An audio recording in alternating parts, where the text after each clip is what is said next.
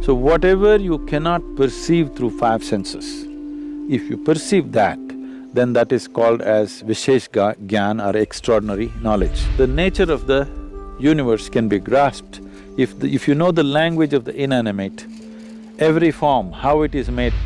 As the concerns of survival recede, human beings will naturally evolve into perceiving higher things.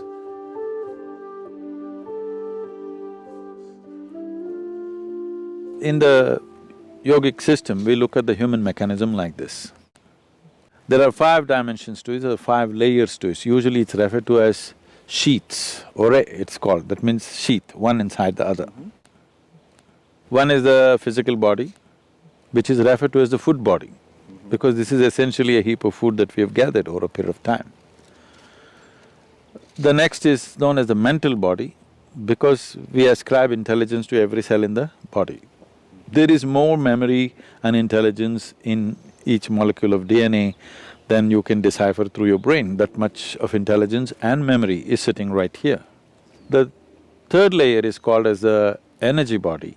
There are three fundamental aspects to it, but it's the first two which normally are experienced by most people, the right and the left, which has 36,000 on the right and 36,000 on the left, pathways or channels, which are described as nadis, which meet in 114 different major points, and these points are seen as possibilities. So, mysticism identifies these 114, the geography, the energy geography of the body, and how you could exploit this to transcend the limitations of the human mechanism. Now, the fourth layer is called as Vijnanamaya Kosha. What the word Vijnana means is, it is coming from two different words, Vishesh Gyan. Gyan means knowing or knowledge. Vishesh means an extraordinary way of knowing. So whatever you cannot perceive through five senses, if you perceive that, then that is called as Vishesh Gyan or extraordinary knowledge. So, we are talking about a transitory dimension which is transiting from physical to non-physical. So, the fifth dimension, this is in whatever in the New Age language in America, they're saying this is etheric body. It's not an appropriate description, it is a transitory state where physical is fading out into non-physical nature. The fifth dimension is referred to as Anandamaya Kosha, which literally translates as bliss body. This does not mean there's a bubble of bliss or something inside. It is purely non-physical in nature. Because it is non-physical, we do not know how to define or describe it. There is no definition to it, there is no description to it. We're only talking about it from our experience. Whenever we touch it, we feel blissed out. So like children, we're calling it bliss body, because we do not know what is the nature of what it is, and it is not physical in nature, so we cannot put it into definition of words or descriptions or whatever.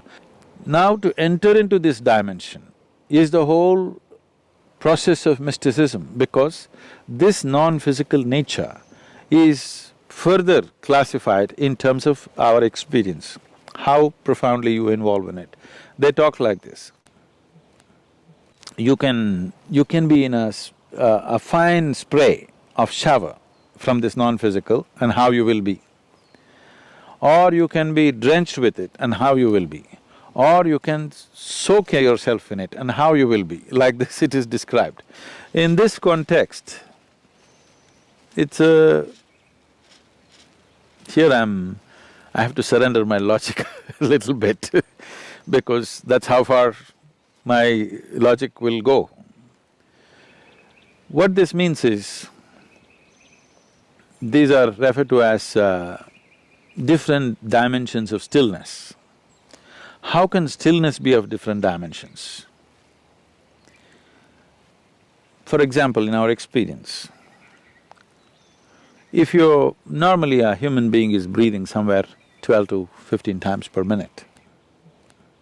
Breath is very directly connected to how the mental fluctuations happen. I don't know if science has explored this, but in our experience it's very much there.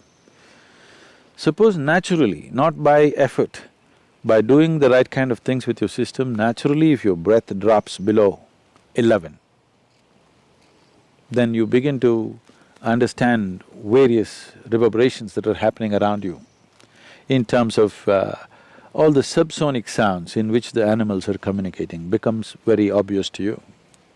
If your breath drops below 9, naturally, without controlling it, then what the plants are exuding, the plant life, what it is doing, becomes very obvious to you. If your breath drops below 6,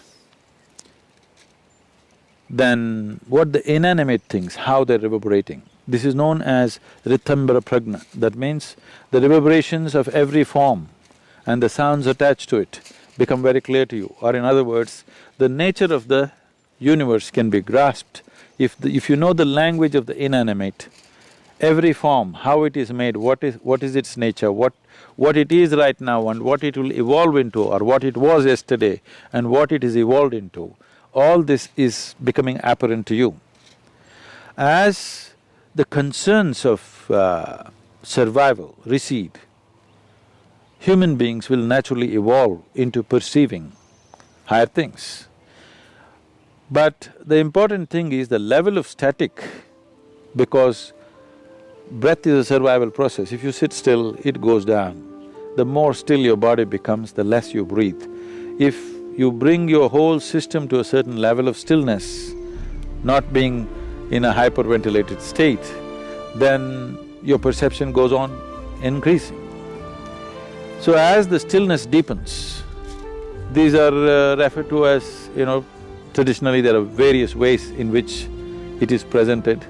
It is usually called as it's called Rudra, Hara and Sadashiva.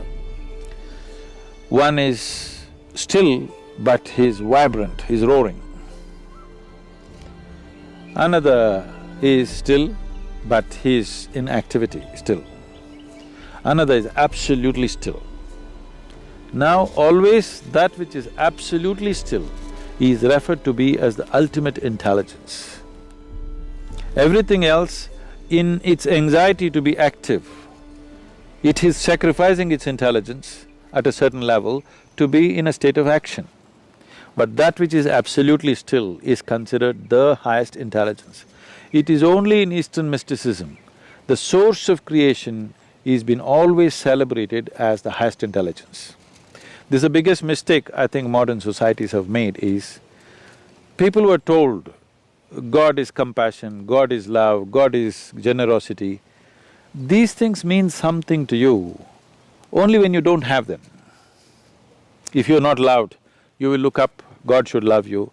If you're not fed well, you want a generous God. If you are down in some way, you want a compassionate God. But if you don't make any assumptions, if you look at a blade of grass, if you look at a flower, if you just look at the structure of an atom, one thing is, the source of creation is the highest level of intelligence that you can ever recognize anywhere. If you look at the creation, it is smack with intelligence all over the place. If we had only told people God is intelligence, we would have had a more sensible world. That's what I'm thinking and that's what I'm trying to